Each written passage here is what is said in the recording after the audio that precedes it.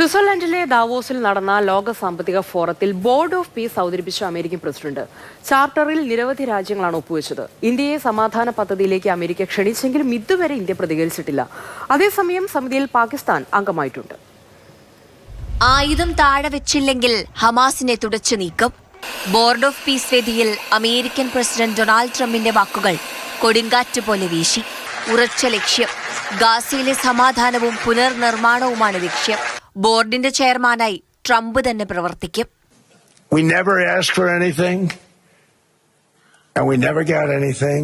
We probably won't get anything unless I decide to use excessive strength and force where we would be frankly unstoppable.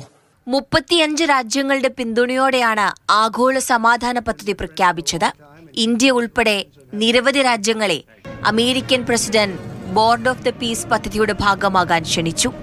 മൗനമായിരുന്നു ഇന്ത്യയുടെ മറുപടി.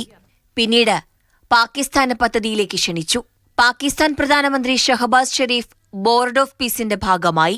France, Britain, China, Germany എന്നീ രാജ്യങ്ങൾ പദ്ധതിയിൽ നിന്നും വിട്ടുനിന്നു. പദ്ധതിയിൽ ചേരാൻ വിസമ്മതിച്ച ഫ്രഞ്ച് പ്രസിഡന്റ് ഇമ്മാനുവൽ മക്രോണിനെതിരെ ട്രംപ് രംഗത്തെത്തിയിരുന്നു. ഗാസയിലെ വെടിനിർത്തൽ നടപ്പാക്കുന്നതിനൊപ്പം ആഗോളതലത്തിലുള്ള മറ്റ് സംഘർഷങ്ങൾ പരിഹരിക്കാനും ബോർഡ് മുൻകൈയെടുക്കും.